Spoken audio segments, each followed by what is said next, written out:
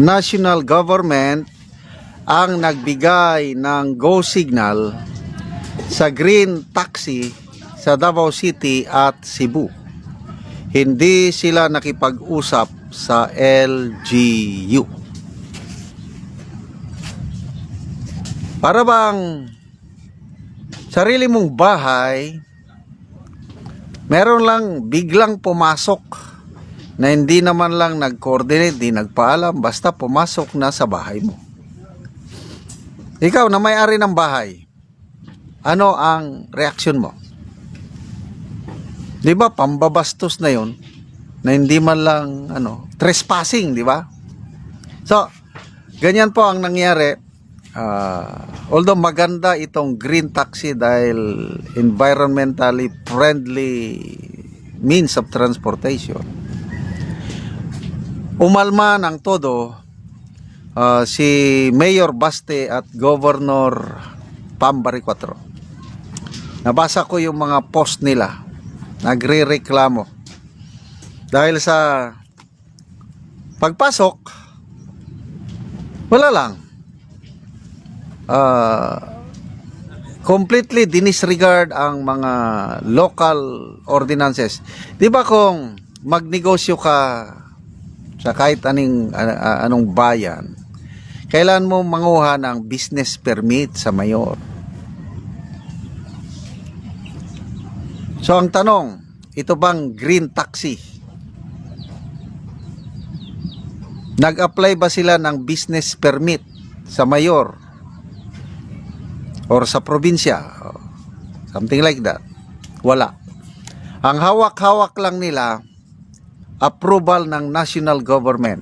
I don't know anong ahensya ahensya.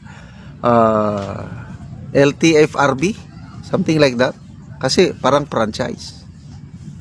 So inaprubahan ng Marcos administration ang permit to operate ng green taxi na ito. Pumasok na lang sa Davao na hindi nakipag-coordinate sa Davao City LGU. Pumasok sa Cebu, hindi man lang nakipag-coordinate sa Provincial Government of Cebu. Kaya nagre-reklamo. Kahapon nabasa ko yung una kong nabasa yung kay Mayor Baste. Sabi niya na merong mga alituntunin sa lokal na pamahalaan. Yan nga, kumuha ka ng mga permit. Ni isa sa mga requirements, local requirements, hindi sumunod, binaliwala ng kumpanyang ito. Parang Vietnamese-owned company itong pumasok na green taxi. Kaya talagang kung ako si Mayor Baste, ganon din ang gagawin ko. Although ulitin ko, maganda nga yung electric vehicle na ito dahil hindi ka nagagamit ng gasolina, kuryente lang, environmental friendly. Kaya lang, bakit naman hindi man lang makipag-usap sa mayor o sa gobernador? Si Governor Baricotro, ang reklamo naman niya is maapektuhan ang mga existing taxi operators sa probinsya. Mawawalan ng hanap buhay, ganon. Kaya maganda sana ang hiling ng gobernadora makipag-coordinate bago mag-operate. So, ano na nga ba itong ating gobyerno? Hindi ko na maintindihan ang Marcos Jr. administration. Magbasa tayo sa mga comments. Ems Mapa, ayaw ni Governor Pam ng Cebu sa green taxi. Ayaw namin mga Cebuano kasi maraming negosyante at operators ang mawawalan ng hanap buhay. Over-congested na ang Cebu at dagdag lang yan sa traffic. Yan. Ganyan din yung nabasa kong statement ni Governor traffic. Makakadagdag na naman sa traffic. So bago sana pumasok, napag-usapan yung epekto sa traffic sa Cebu. I don't know, sa Davao, tumitindi na rin ng problema nila sa traffic. Kaya nga, naglunsad sila ng modern buses. Nandun na. Gumagana na yung mga buses para mga tao, dahil maraming buses na komportable, aircon, mura pa, maiwasan yung magdala pa ng sakyanan para hindi makadagdag sa problema ng traffic. So ito, ang dami 600 units ang dineploy sa Davao. I think another 600 or 500 pa sa Cebu. So birman, daming sakyanan niya na may dagdag. So ang tanong, bakit ayaw makipag-coordinate itong kumpanyang itong national government na nagbigay ng franchise ba yan o lisensya? Kunting respeto naman sa mga local government officials natin. So, anong matatawag yan? Manhid? Porque national sila, they can rule anywhere? Talagang kung ako ang mayor, pahinto ko yan.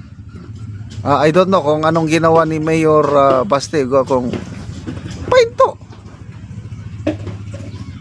Kaya nga, meron tayong local government code, local autonomy.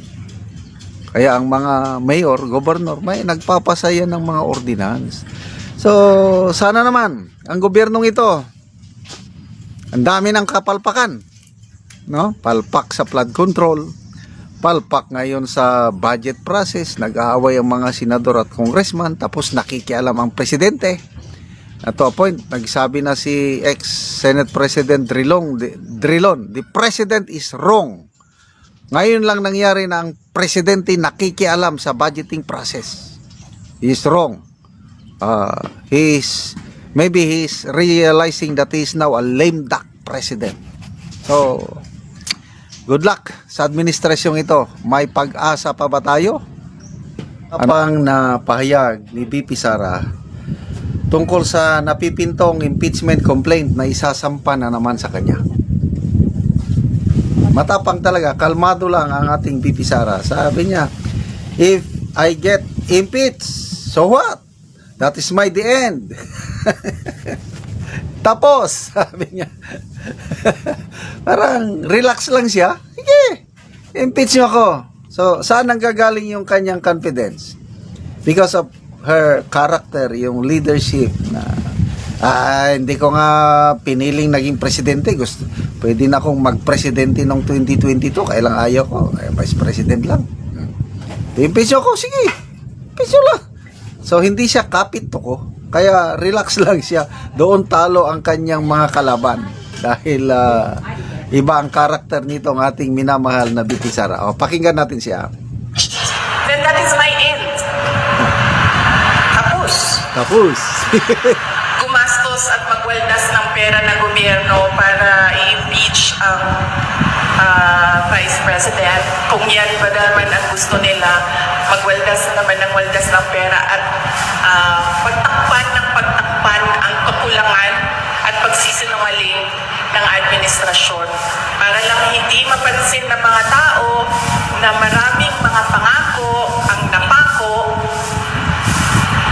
ay babanatan nila ako. And then they can try. And then let's see. Let's diba? see. If I get impeached, then that is my end. Tapos.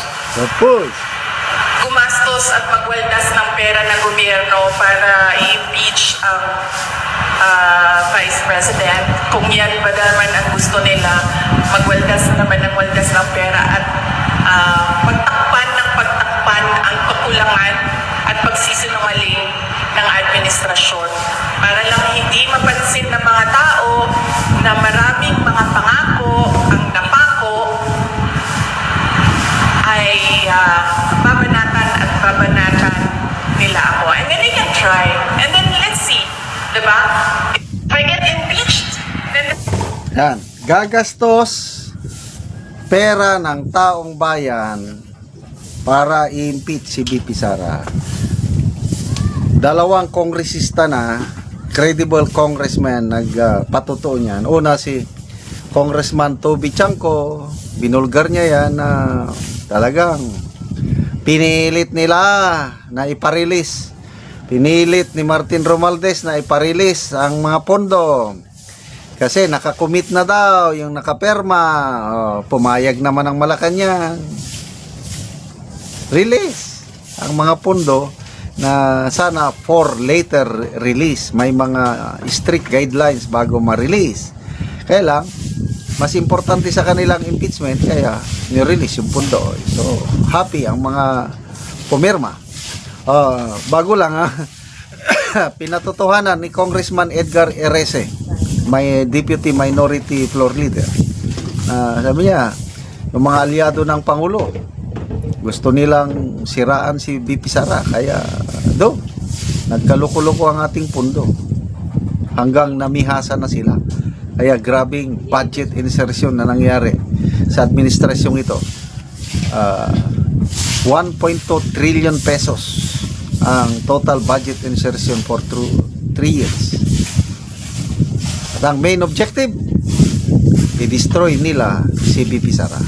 So, yung unang attempt nila, itong February 5, failure dahil dineclare na unconstitutional ng Supreme Court. Kaya lang saya, yung pera natin, wala na. Kung saan-saan na napunta.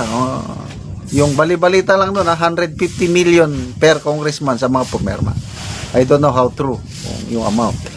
Hinintay sana natin si Mr. Saldico na isiwalat niya kung magkano ang talagang naibigay sa mga kongresistang pumirma. I'm sure alam niya yun.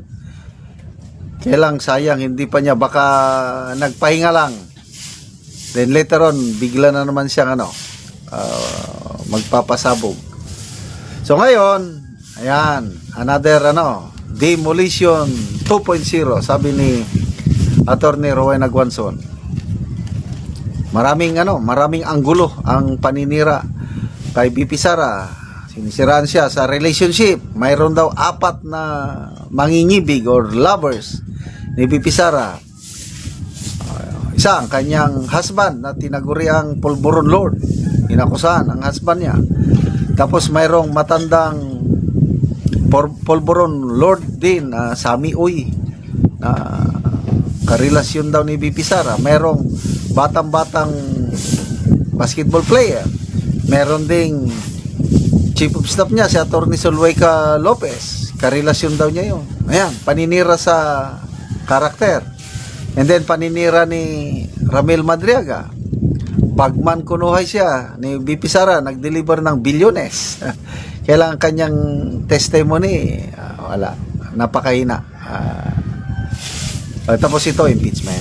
So, yung mga kasong plunder na isinampa kay VP Sara sa ombudsman, pag ma-actionan niya ng ombudsman, isasubmit na sa impeachment court, magiging ebidensya na yan. So,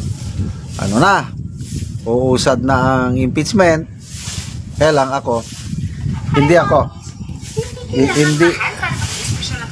hindi ako natatakot sa kahit anumang impeachment na ibato nila kay VP Sara. Hindi yan mananalo sa butuhan. Bakit?